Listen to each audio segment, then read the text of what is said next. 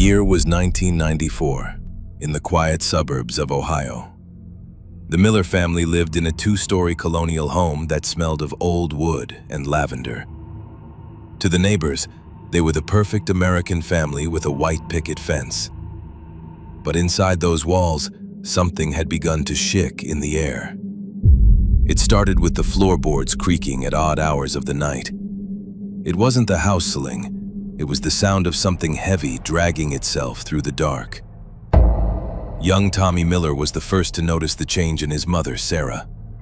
She would stand in the kitchen for hours, staring blankly at the wall while the kettle whistled itself dry. When she finally turned around, her smile was too wide, stretching across her face in a way that looked painful. Her eyes didn't seem to blink as often as they used to. Tommy felt a cold shiver down his spine every time she tucked him into bed. One Tuesday night, the rain lashed against the bedroom window like desperate fingernails scratching to get in. Tommy lay under his heavy wool blanket, staring at the dark rectangular void beneath his bed.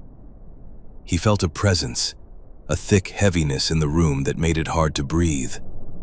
The shadows seemed to dance and stretch, forming shapes that shouldn't exist in a child's room.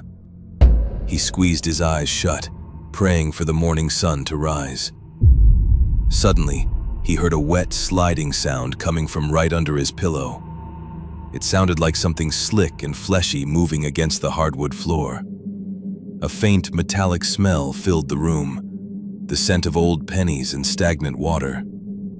Tommy held his breath, his heart hammering against his ribs like a trapped bird. He wanted to scream for his father, but his throat felt like it was filled with dry sand. "Tommy," a voice whispered from the darkness beneath the mattress. It was his mother's voice, but the pitch was slightly off, vibrating with a strange mechanical hum. "Are you awake, my sweet boy?" The voice didn't come from the door. It came from the shadows near the floorboards. Tommy froze, his muscles locking in terror. He knew his mother was downstairs watching the nightly news with his father. He had heard the TV just moments ago. The boy slowly leaned over the edge of the bed, his curiosity overcoming his survival instinct. In the dim glow of his nightlight, he saw two pale, spindly hands gripping the bed frame from below. The fingers were impossibly long, with knuckles that looked like jagged stones under the skin. The skin was a sickly, translucent gray, mapped with dark purple veins. It didn't look like human skin. It looked like molded plastic or wet clay. As he peered deeper into the darkness, a face began to emerge from the gloom. It looked exactly like Sarah Miller, but the features were melting and distorted. The nose was slightly crooked, and the ears were missing entirely. The creature's eyes were large, dark pits that reflected no light. It stared up at him with a hunger that was ancient and bone-less. This was not his mother. It was a crude imitation of her. "Shh," the creature hissed, placing a cold finger against its lipless mouth. "Don't tell the one downstairs. She doesn't know I'm here yet." The creature's jaw unhinged, revealing rows of small, needle-like teeth.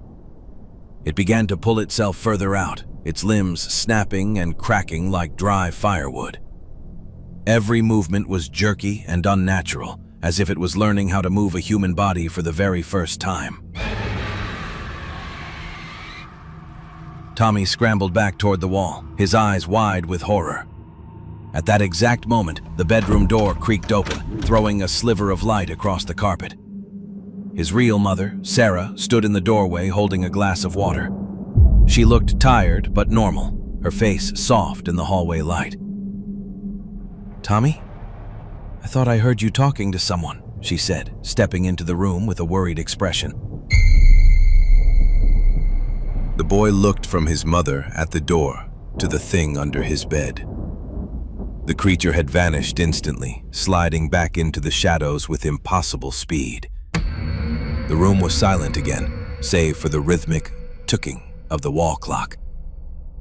Tommy pointed a trembling finger at the floor, but no words would come out.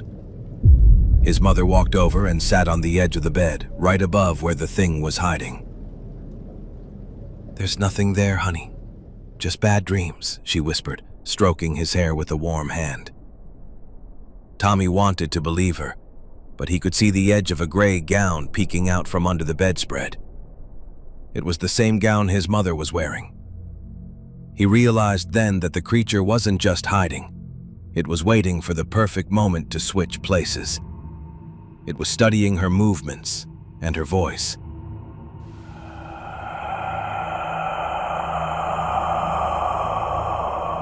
That night, Tommy didn't sleep a single wink.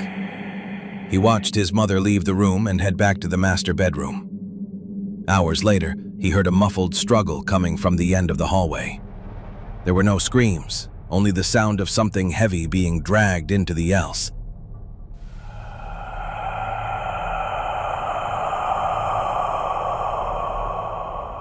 Then, a chilling silence descended over the house.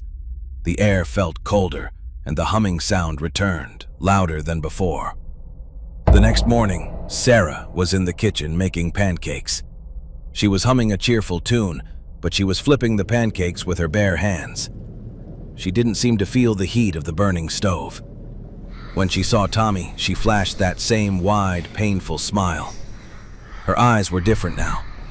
They were the dark, empty pits he had seen under his bed the night before. His father, Richard, came down the stairs, rubbing his eyes and yawning.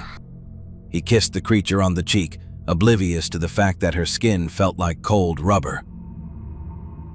"Morning, honey. Smells great," he mumbled, sitting down at the table. Tommy watched in silence, his stomach churning with nausea. He realized that his father couldn't see the distortion. To Richard, everything was perfectly normal in their suburban paradise.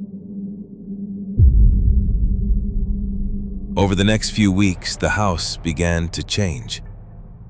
The mirrors were all covered with black cloth, and the windows were painted shut.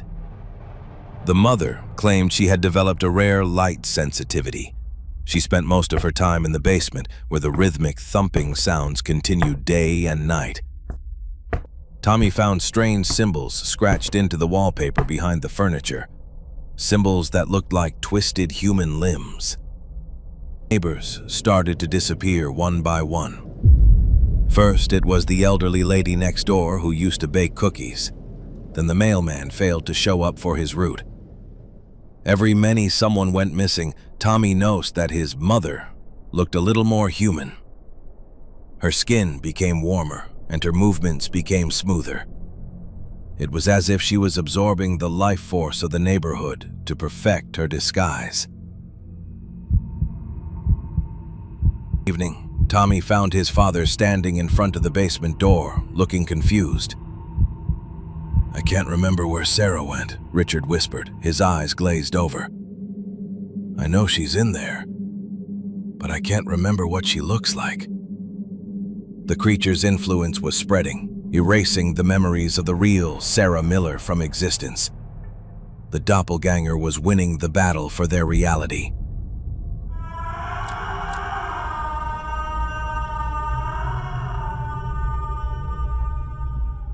Tommy knew he had to leave.